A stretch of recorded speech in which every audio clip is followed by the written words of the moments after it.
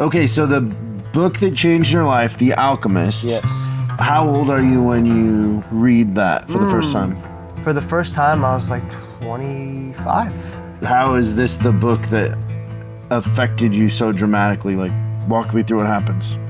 It quite literally served as like the roadmap for what I needed to do. It's funny how once you start to work hard, you start to get lucky. You could want it more than anybody ever wanted it ever.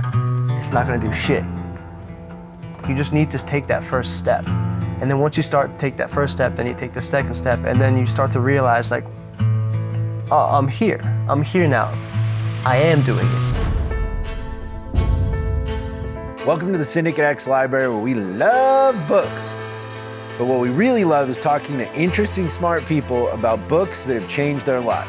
Today we have a special guest, Johnny Desposito, who is currently an actor, creator here in Los Angeles, but he's from New Jersey, and he is the descendant of Japanese and Italian immigrants, graduated college there, and moved out here to pursue his dreams.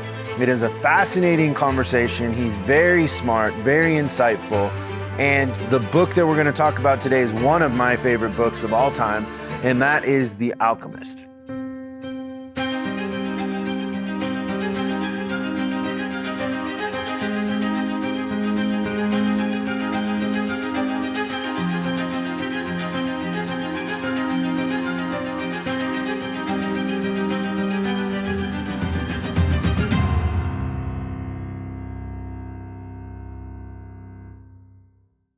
Thank you.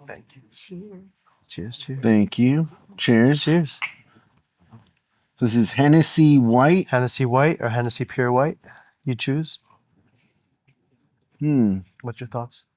So I'm a tequila guy, but this is pretty smooth. It's sweet. What do you think compared to regular Hennessy? Or you don't really drink regular Hennessy? I don't even remember last when I would have tried Hennessy, but I know people love it. I love it. Like I was saying earlier, my friends who I grew up with, I'm from Jersey. There's a lot of Dominican people in New Jersey. And they're the ones who put me on. Every time they would go visit the Dominican Republic, go see their family, they'd bring me back a Hennessy White. Didn't know what it was, never heard of it before, but clearly grew to love it. Yeah, that's a good find. How long have you lived here in LA? 9.5 years. February will be 10 years, right on Valentine's Day. So wow, you're a native. Yeah. That's a native here. Almost. They said 10 years. So once I hit the 10-year mark, it's my LA anniversary is a bittersweet day. I got here on Valentine's Day, so it's a day of love. It's a nice day. But unfortunately, my grandfather passed away like right when I crossed into California. So it's a nice thing that I got here, following my dreams. But at the same time, it's always a reminder of loss at the same time. Was he back in Jersey? Yeah, he was back in Jersey. So did you have to turn around and go right back? Funny you asked that though. So my friend was supposed to drive out with me, but he bailed. So my mom's like, do you care if I come? I was like, no, fuck yeah, come with me. So we had a cool road trip on the way out, but things started to take a turn for the worse with her father. So as soon as we got here, she flew out that same day, that same night. So yeah, we did a lot in that couple hours we had together. And then she had to fly back. And then I flew back a couple days after for the funerals and all that, yeah. What do you think of the library? I love it.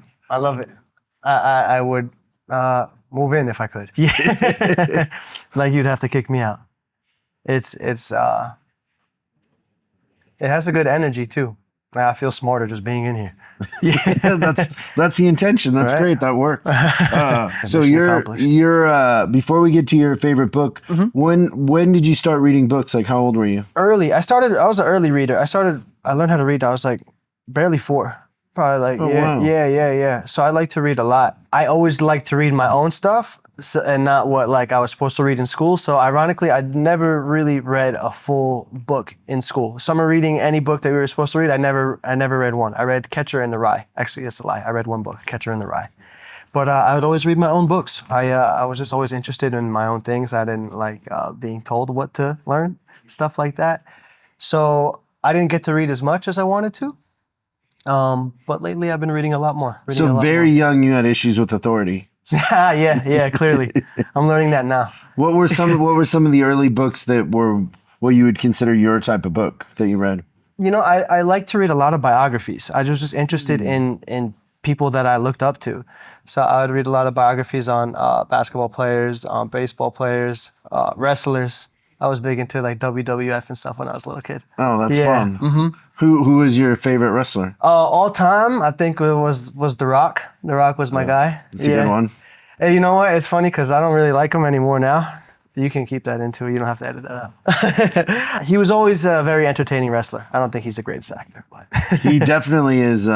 He's evolved. He's evolved over time. I'll tell you, his tequila isn't very good. no, it's you're being kind. It's horrible. It's a money grab. Yeah, it's not good at all. So you were a reader. You created a relationship with the books pretty early, like a fondness for them. Yeah, I would say yeah. I just always like I think it's the same reason I love films. I love movies and television. I just like I like a good story. I like getting lost in a good story. It's entertaining, but you learn a lot also. So I feel like it's like what's not to like about it. Okay, so the book that changed your life, The Alchemist. Yes. How old are you when you read that for the first time? For the first time, I was like 25. And who 26. turns you on to it, or do you find it in a bookstore? What happens? I'd always heard about it. It was a popular book always. And I had picked it up a million times and put it down, never bought it. So this gentleman named Roger, I worked part-time at a liquor store on the weekends too. My friend's uncle owned it, so I would always help him out. And there's an older gentleman Roger, and kind of served as like an uncle to me, you know what I mean? Just through our conversations, he kind of got to know me a bit. He had known my struggle, my obstacles and reservations about coming out to California, to Los Angeles to chase my dreams. And he was like, you know what, you really need to read this book. How long had you been in California when he proposed that? I hadn't even come out yet. Oh, so this is still in New Jersey before I moved out. Yeah. Okay. And so you're thinking about going to California, and you're thinking to go on a journey. And yeah, it's quite ironic how fitting it is at that time, and the fact that I decided to finally listen to someone. I'm like, you know what? I'm gonna read this book. What is it about New Jersey that made you want to leave and come here? I don't know if it was necessarily wanting to leave, get away from New Jersey. I just always aspired to be an actor. Obviously, I'm so close to New York City. Not obviously, but I grew up in a part of New Jersey that's like 20 minutes from Manhattan. But everyone I spoke to in the industry, that I knew anyways, had told me that if I wanted to make it in film and television, all the opportunity is in Los Angeles. You need to move to Los Angeles. So that's what I did. And so up until that point, are you like were you in plays in high school? Were you taking drama class? No, I was nothing? So it was a whole new idea. Yeah, it was just always something I'd wanted to do, but I just grew up playing sports. I was like always a 3-sport athlete my whole life. And so I didn't really have time to do plays, or I never really had interest in doing plays. I was probably a little bit judgmental of like the theater kids a little bit. Yeah, because you were the jock. Yeah. So then how do you decide without ever doing it that you wanted to do it? You know what? I think it was always in me, and then seeing someone that I knew move out here and start to be in independent films. So you and had stuff social like proof. that. You had a friend that did it, or a family member? Yeah, or had at least someone that had tried. It was a friend from high school. He had moved out right from high school, and that's what I wanted to do. I was talked out of it. I guess once you're 18, you can do whatever you want, but my family just convinced me to stay home. Was it mom, dad, who? More dad, both of them, really. What did dad do for a living? He was in sales for like a produce company, so very, very stable, secure What did he job. want you to do? Stable, secure. Corporate ladder? Yeah, exactly. What 3 sports did you play? Baseball, football, wrestling. So the big ones. The American. Yeah, the All-American America. ones. Yeah. But I loved it. I loved being an athlete. It's part of performing as well. I think I like to perform too. I think I'm naturally kind of shy. Sports is performing, right?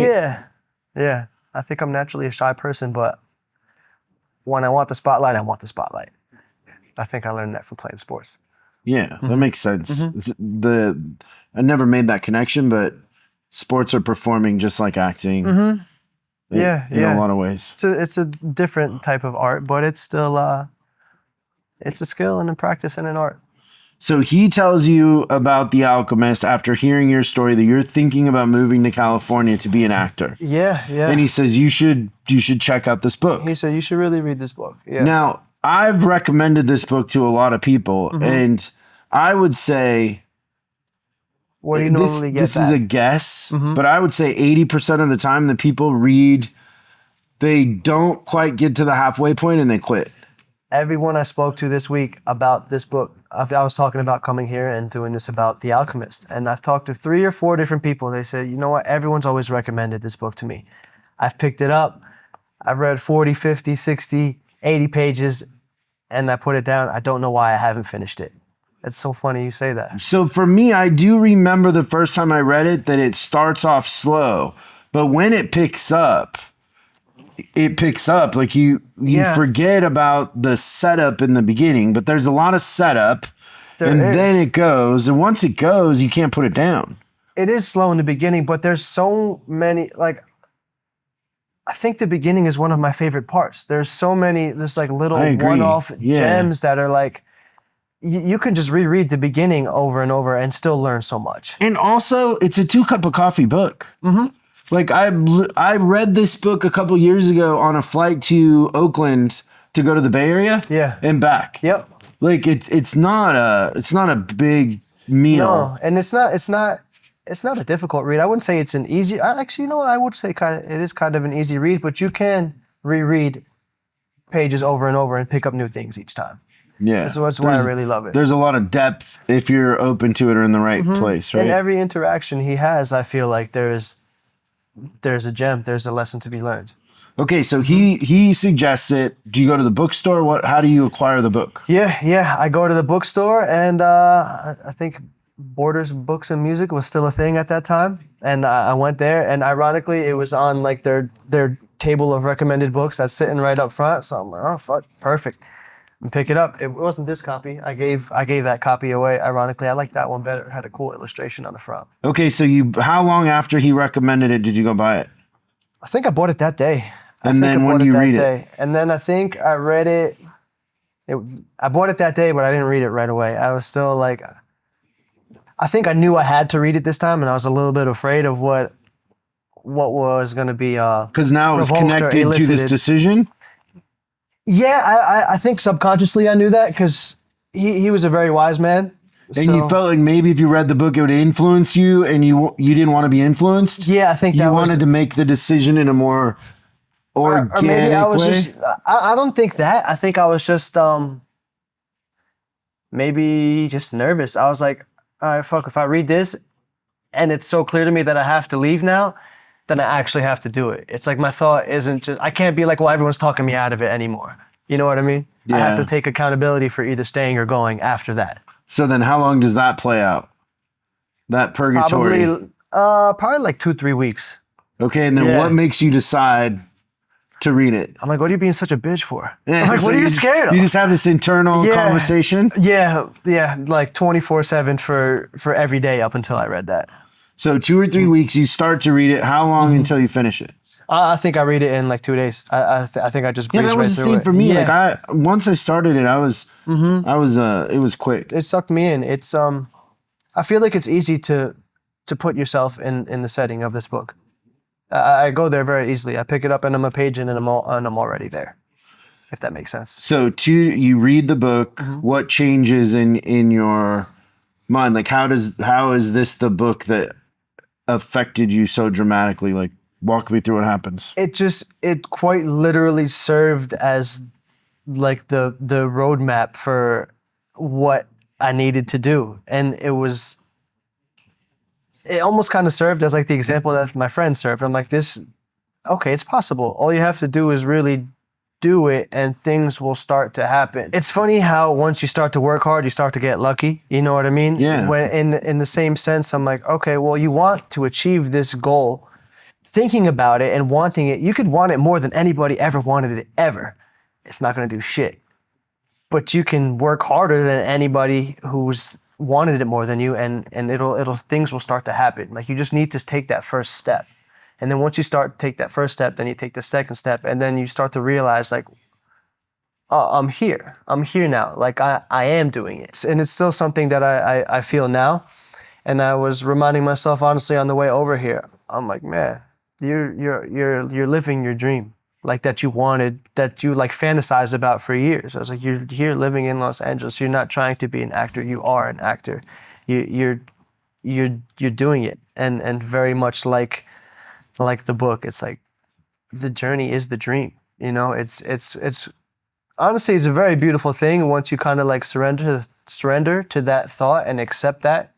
I feel like a lot of people would benefit from truly grasping that concept. The fact that you're coming here today to talk to me about this took you back. Yeah, it really did. And you, in a good way, in the sense that you're proud of the fact that you did it. Quite literally, yeah. Because so many times we think about what we don't have and not what we do have, and it just made me flip that framework. I was thinking about everything that I've achieved and everything that I do that I've always wanted to do, not everything that I'm not doing that I want to do. So the conversation in your mind, like the private conversation with yourself, before it was, don't be a bitch, read the book thing. Yeah. What happens after you read the book? What are the conversations? How do you process it? And then how does it turn into action that you actually move? I think the first thing I really felt was like, well, duh, you knew this all along, idiot.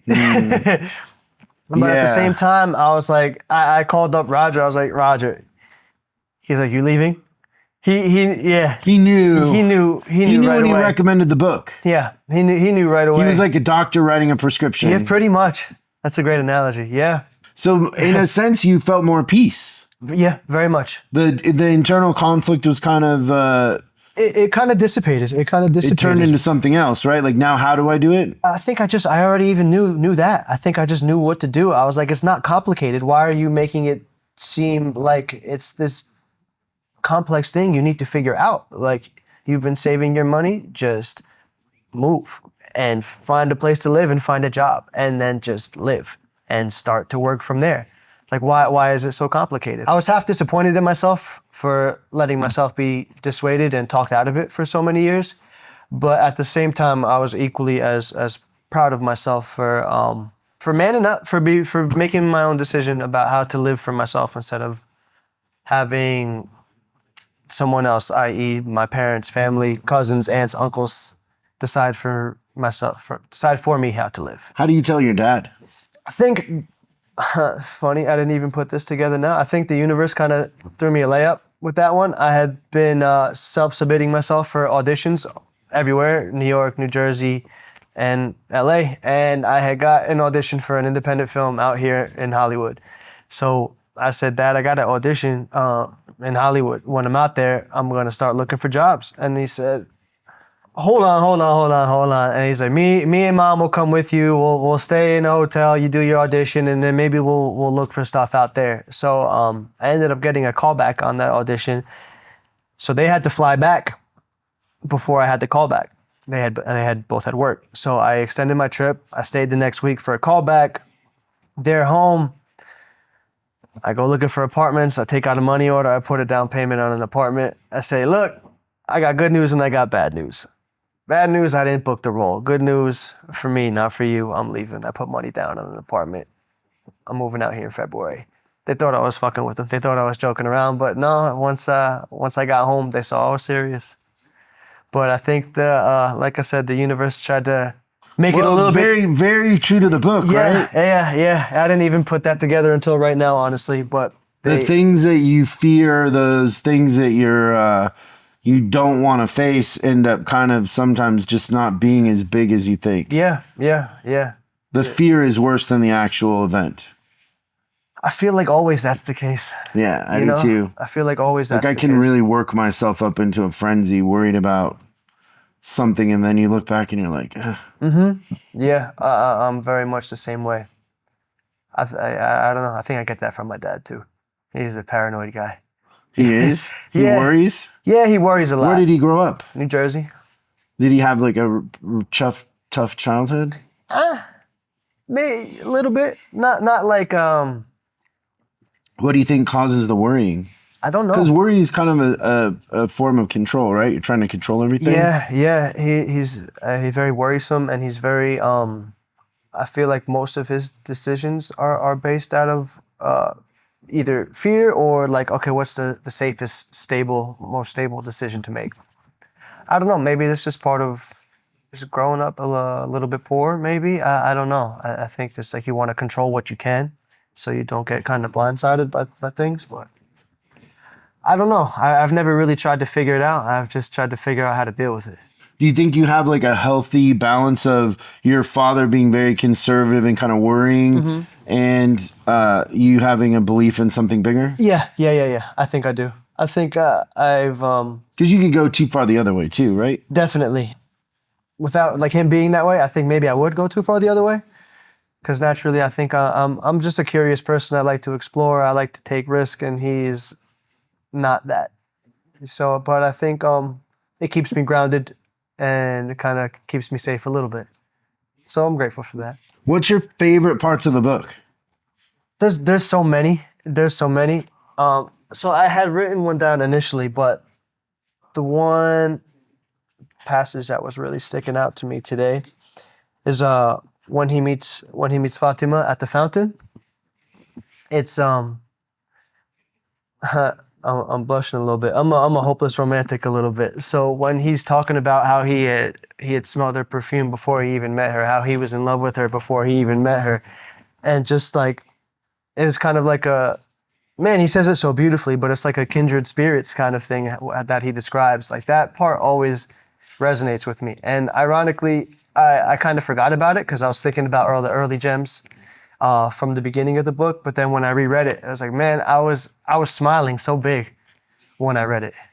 It's just, it just really speaks to me. I feel like that part was written for me. Do you know that this book was written in Portuguese?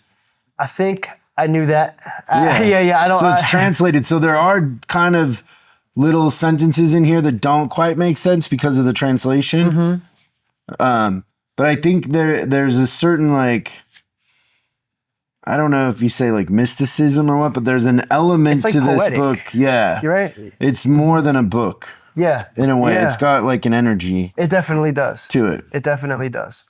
My favorite line in this book is when he's talking to the alchemist and he's asking the alchemist like, why are you an alchemist? And he says, I'm an alchemist simply because I'm an alchemist. That's it. I love that. Like I don't need permission. No. Like I decided and I'm doing it. How powerful is that shit? Nobody anointed me, nobody knighted me, nobody told me to do it. It's, It's like I decided to be, therefore I am. and I think so many people are waiting for permission. Yeah. Wow, that's funny you say that too. They're waiting for permission. They're waiting for somebody to believe in them, or there's just so many people that never are told they're good at something, or they never feel like they're worthy of something bigger for themselves, and so they're waiting for somebody to do that for them, and it doesn't come. It doesn't. And if you do it for somebody else, you won't have the same passion and belief. The world won't align. Even if you get everything you want or think you want, or everything that you're trying to get from being that way, you won't even be able to really fully enjoy any of it because you're not being you. You know what I'm saying? It's like you're robbing yourself of life, I think, when you're waiting for, or when you're doing something for somebody else or trying to get someone else's approval or validation. It's like you're missing the point. And it's funny that you said that people are waiting for people to give them permission. My first acting teacher out here, his name was Eric Morris. He's a pretty famous acting coach. He's Jack Nicholson's acting coach from back in the day. In his first book that he wrote, and in class, he says all the time, give yourself permission for anything. To pertaining to acting means to be ugly on stage, to be gross, to be mean, to be disgusting. Just give yourself permission. As an artist, as a person, as a human being, you need to give yourself permission to feel, to think freely. Give yourself permission to be yourself. And so many people don't. They don't.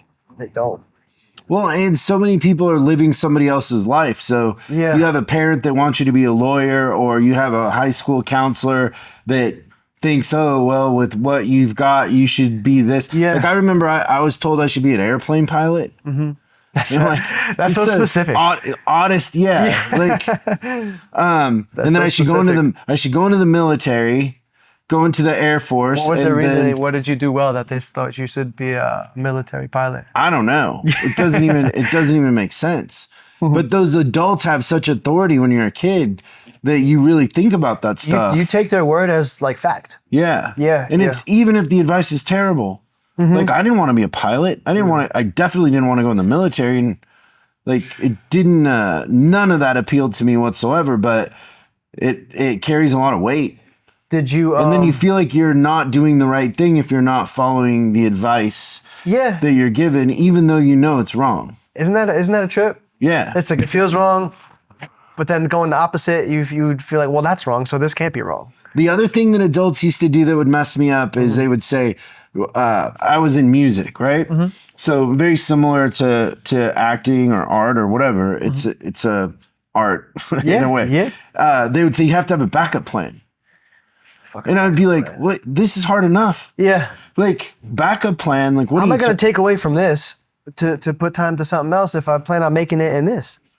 One of the takeaways, in a conclusion that I came to is if you want to do something and you want to do it so bad that you'll sleep on a friend's couch to do it, the decision's made. Yeah. There's no backup plan. There's no turning back. Like if you'll sleep in your car to do it, then you're going to do it. Yeah. Like 100%. you don't have to have a backup plan or a secondary way of, like you might have to wait tables. You might, for me, I worked at a car dealership and I washed cars and, to pay for it. Yeah. But yeah, I was willing to sleep on a couch if I had to. Same. I was willing to take any job, do anything. I didn't care. I knew who I was and I knew what I wanted, and I was willing to do whatever it really took to get there. And I'm happier than I've ever been. Like, I have no complaints. You know what I mean? I'm literally living my dream out. So, like, yeah, you have bad days like everybody, but like at the same time, like, how bad is bad? Like, They're your bad days. yeah, they're my You're bad in days. charge of the bad days. 100%. And It's not somebody else doing it. no, and it's things that have happened from circumstances that I've put myself in. I have no one to fault for anything. You know what I mean? That's why I think a lot of people get stuck or depressed is they're living somebody else's life and it's not, fulfilling for them. And you start to feel helpless because, you're externalizing control, waiting for permission. And the permission that you get isn't the permission that fits you as a person. Yeah. It fits somebody else's narrative. It's it's sad how many people are living. It's other sad how people's many narratives. miserable doctors there are out there. Yeah, yeah. Just people. Mom and dad were like, "You're going to be a doctor," and they're like, like, okay, cool, I'll make money, but from no, from the time they're two, they're like, "You're going to be a doctor, little Johnny. Yeah. You're going to be a doctor." Yeah, Like, yeah. It's a sad thing. Every time I go home to visit, my tolerance for being there is less and less. So you asked me earlier why I wanted to leave. I don't think I really wanted to leave. I just wanted to be here because I knew what I wanted. However, now every time I go home, even the second I land, I'm like, oh, fuck. I'm like, all right, white knuckling it for these next couple of days. I'm like, I just got to get out. Even when I'm around the people I love, it's just they're gonna see this and smack me. But just the topic of conversation it's always negative. It's very it's whiny, it's complaining, it's gossip. It's never anything like thoughts or ideas or creative or like constructive criticism. It's always it's very opposite me. well, it's defense. Yeah. They're reacting to something instead of creating something. Yes. That's a good way to look at it. Because when Never you're really thought about stuck it and like you're that. waiting for permission, you're reacting. You're basically acting out in a sense because you feel helpless. Feel stuck. Yeah, helpless and stuck for sure. That's And the weather isn't that great half the year. yeah. So yeah, you're fighting for an uphill battle half the year already to begin with. Yeah, but I'm so grateful that I came out here. I think I've even more than I ever have been able to truly know myself, which I feel like every day I'm still learning things about myself. I think we all are, if you're open to it, if you're trying to like improve as a person and grow. But yeah, I think at home I would have been very inhibited, and I would have been on playing defense also instead of being able to develop as a person. It's great. I mean, it's such a great story in the sense that somebody recommended the book knowing you and caring about you. And the book had that effect that, It was a very changed the rest of intimate your gesture. life. Knowing this guy, he's a motherfucker. Like he's a fucking asshole. sure. This guy.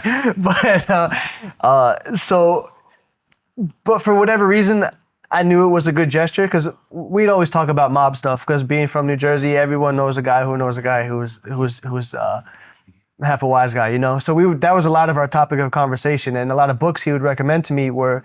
He knew I liked reading biographies and history and about the mafia, so he'd recommend a lot of those books to me. So when he recommended me this one, I'm like, this kind of out of character a little bit, but I was like, let me just accept it and read it and see what's what. What were the books you would recommend, like Machiavelli and things like that? No, they were actually they're like history mob books.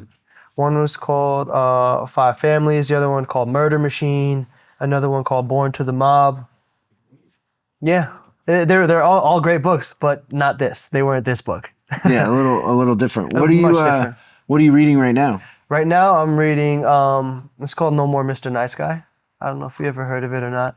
It's I wouldn't say a self-help book, but something like that.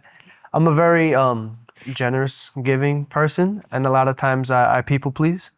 And this book was recommended to me by someone who was like, "You got to stop doing that shit. You got to help yourself out first."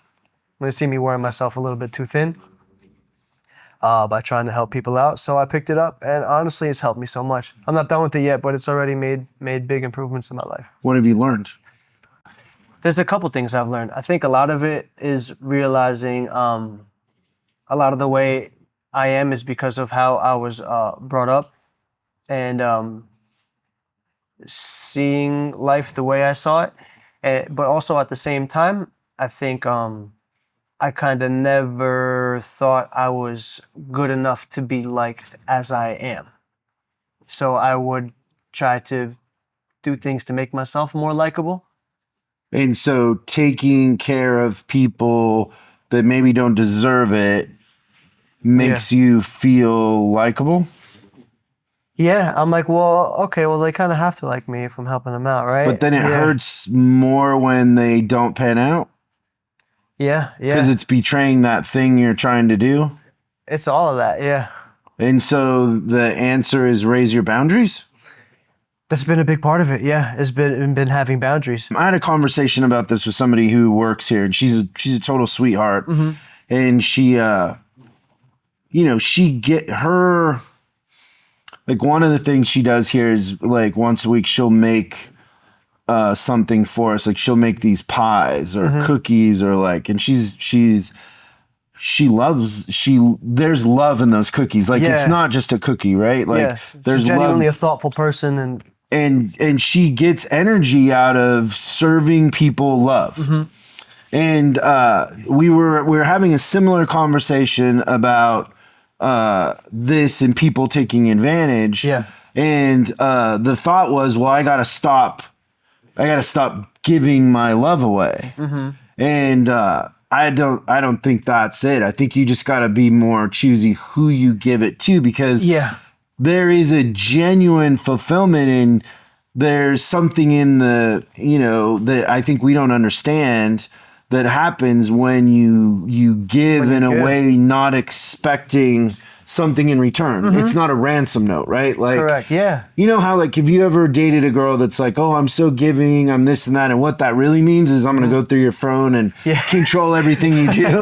Like, do you know what I mean? That's a ransom note, in a sense. Yeah, you're almost like doing it. It's like, okay, but I'm going to be able to do all this because I'm doing this. It's like very transactional. Yeah. You know? But like she genuinely gets energy and happiness out of making other people happy, which then in turn has this effect, right? That is positive for everybody because it's making us enjoy a little moment that we wouldn't have enjoyed in a different way. So you just got to stop doing it for people that don't deserve it. Yeah, you know what? It's a very multifaceted thing. Like she does, as do I. I get a good feeling from being generous. I'm just naturally a generous person, but I do get joy out of being that way, you know? And I think where it has gotten me into trouble is kind of two-pronged. One prong is like, all right, cool. If I'm being too much and people are just blatantly taking advantage because it's easy. I'm an easy target. I'm a giver and they're a taker. So it's just all flowing out. However, I think there's another side of it where I think specifically with relationships, I think part of it might be a little bit of like my ego and my wanting a little bit of control, whereas like, okay, if I pick someone who needs help and I give them help, they can't leave me because they need me. So I think it almost provides me a little bit of security too, but I go about it in a way where I'm just being helpful or kind. But you're doing it as a ransom note, so you have an expectation. I guess so. So the expectation is what messes you up. Do you know what the key to happiness is? This is a 20-year study they did in, I think, London University.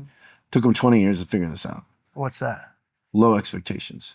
Like if you think of any time that you're unhappy, it's because an expectation wasn't met. You thought somebody would reciprocate. You thought somebody would be nice. You thought they would show up on time. Yeah. You thought they would remember what you said. You thought they would call when they were supposed to call. You thought the deal would be fair. You thought it was an even exchange and it wasn't, but it's an expectation. Yes. The good news is you control the expectation. I never really thought of it like that.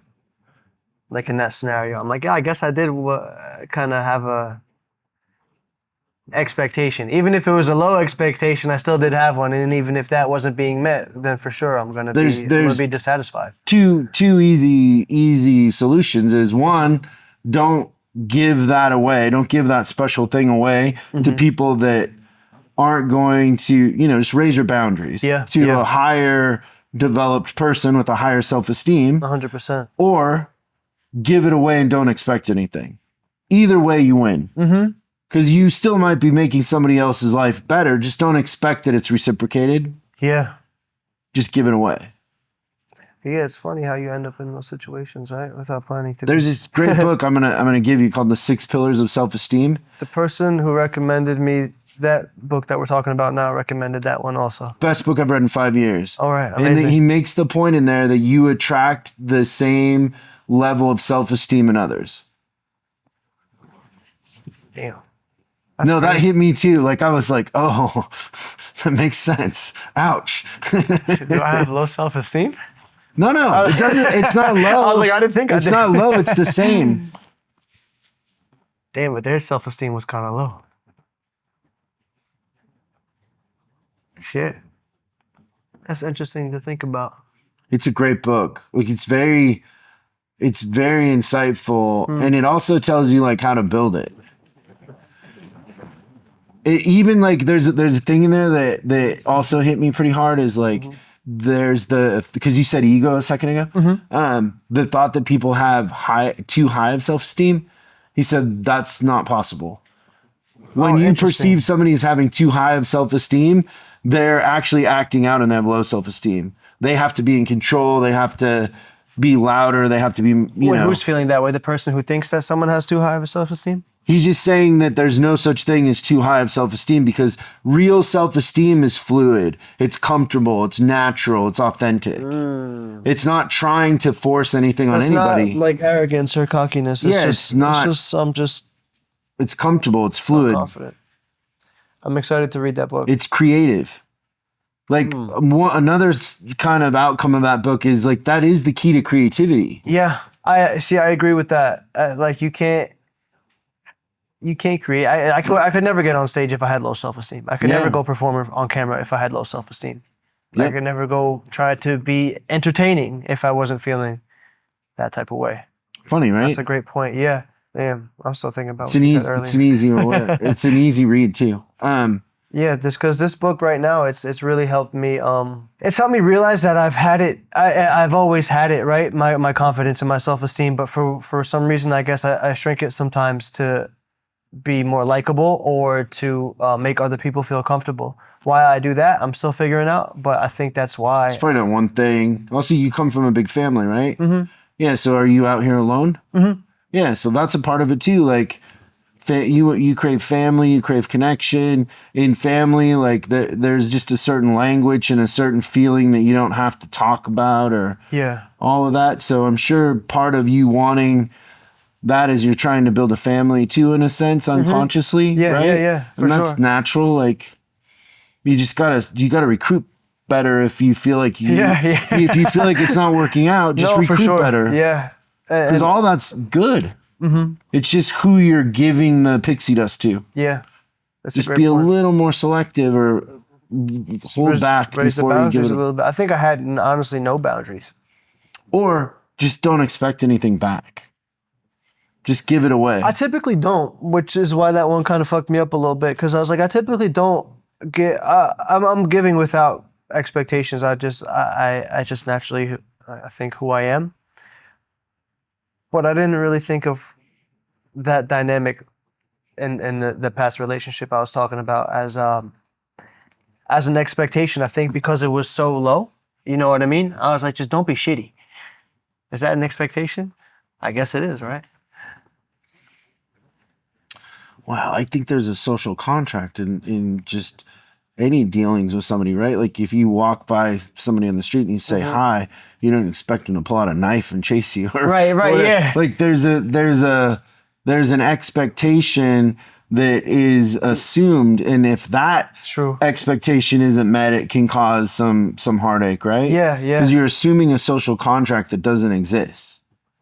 Like there is a social contract that is assumed by us in a lot of situations, right? Yeah. This is an unspoken like you're sitting here in this library, you don't expect that you're gonna get slimed like you're on Nickelodeon or something, right? Like no, that would really your feelings would be hurt.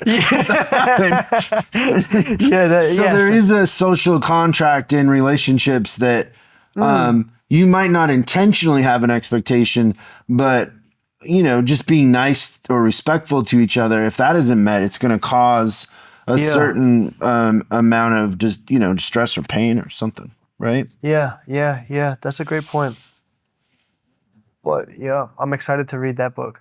Yeah, it's an easy read too. It's great. I'm excited to read it. I made all my team do a book report on it, and amazing. They all said by far and away it's like the best book I've had them read or whatever, because we do this thing where we assign a chapter to each one, and then we go through them, and it's like doing a book report. Yeah, where each you deliver your chapter, and then at the end it's like I read the book, the whole book, and hopefully it inspires them to read the whole book. But either way, it creates some great discussions. Definitely, I like that concept. That's a cool idea. Yeah, I'm excited to read it. Like I said, this book, I'm not even done with it. I'm almost done, maybe like 3/4 of the way through. It's an easy read, but I pick it up and read a couple pages at a time throughout the day. But man, my life has changed so much already.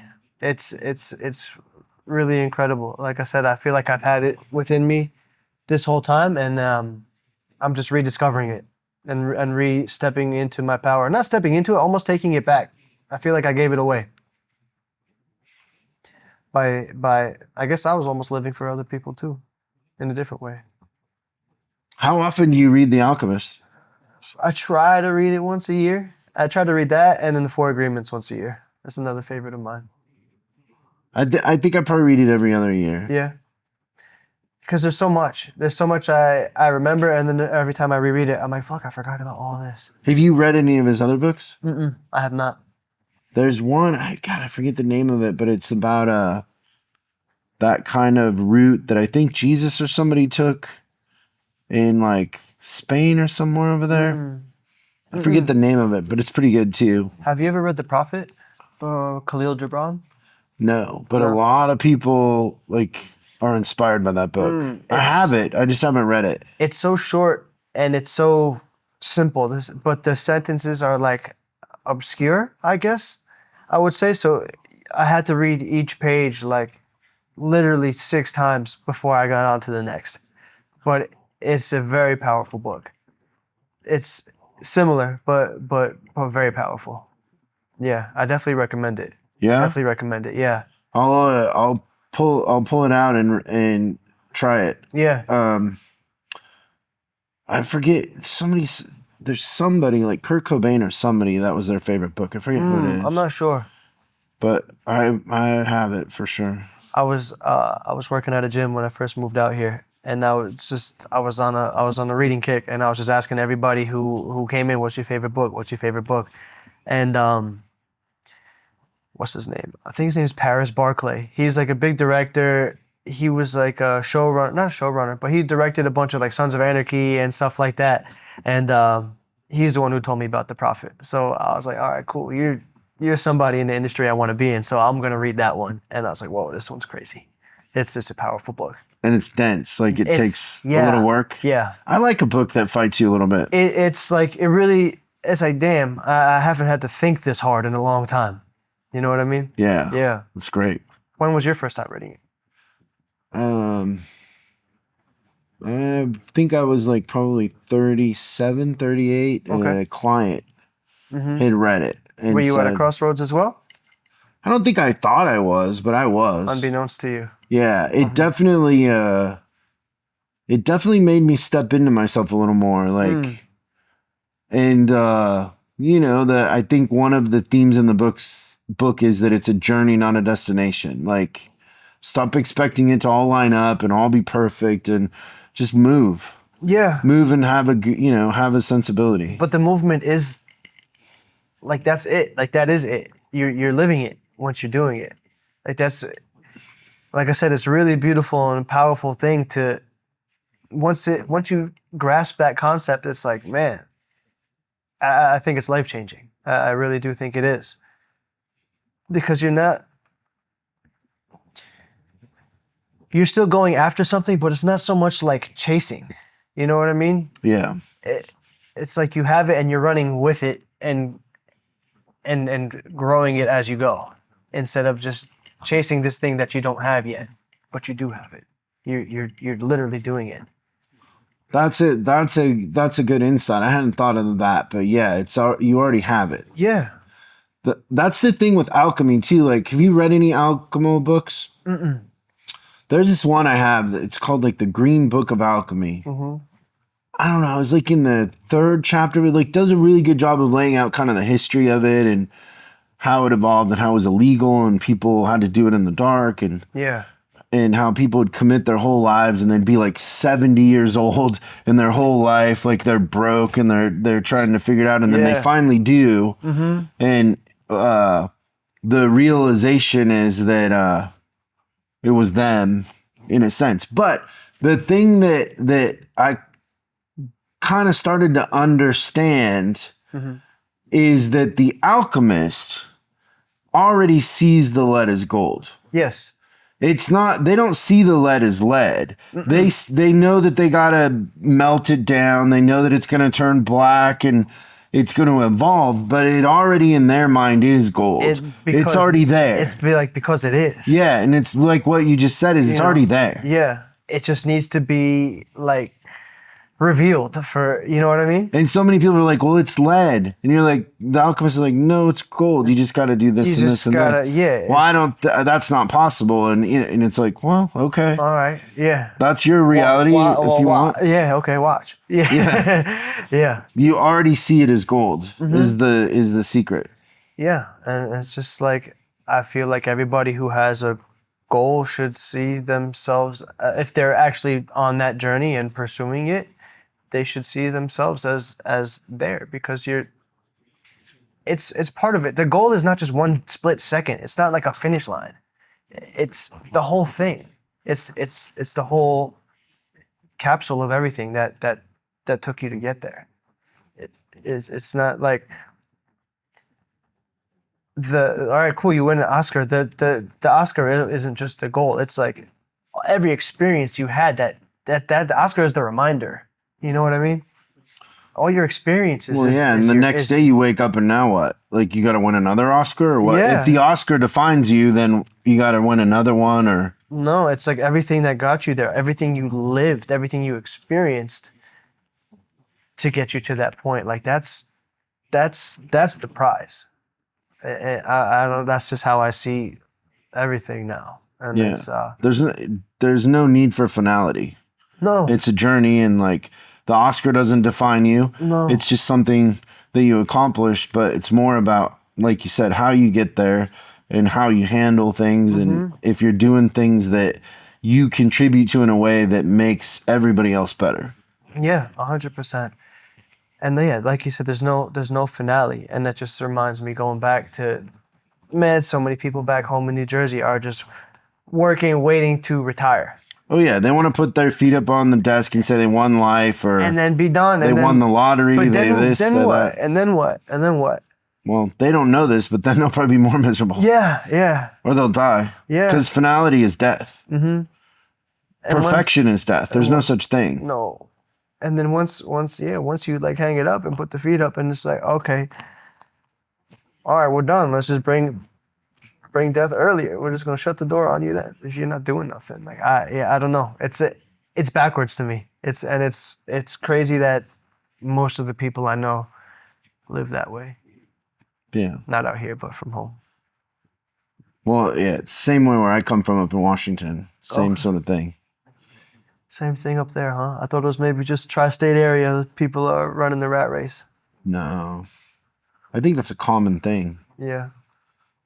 This is kind of special here. It's a little different. Yeah. Yeah. Makes Good sense and that I bad. ended up here. Yeah. I don't know. I'll take this bad though. I'm so much more at peace. I don't have half the anxiety. I don't have a fraction of the anxiety I used to have. This is when I was living back home. Hennessy, Hennessy White. you converted me. Thank you. There you go. Thank you. I really appreciate you having me. And thank you for listening to me ramble.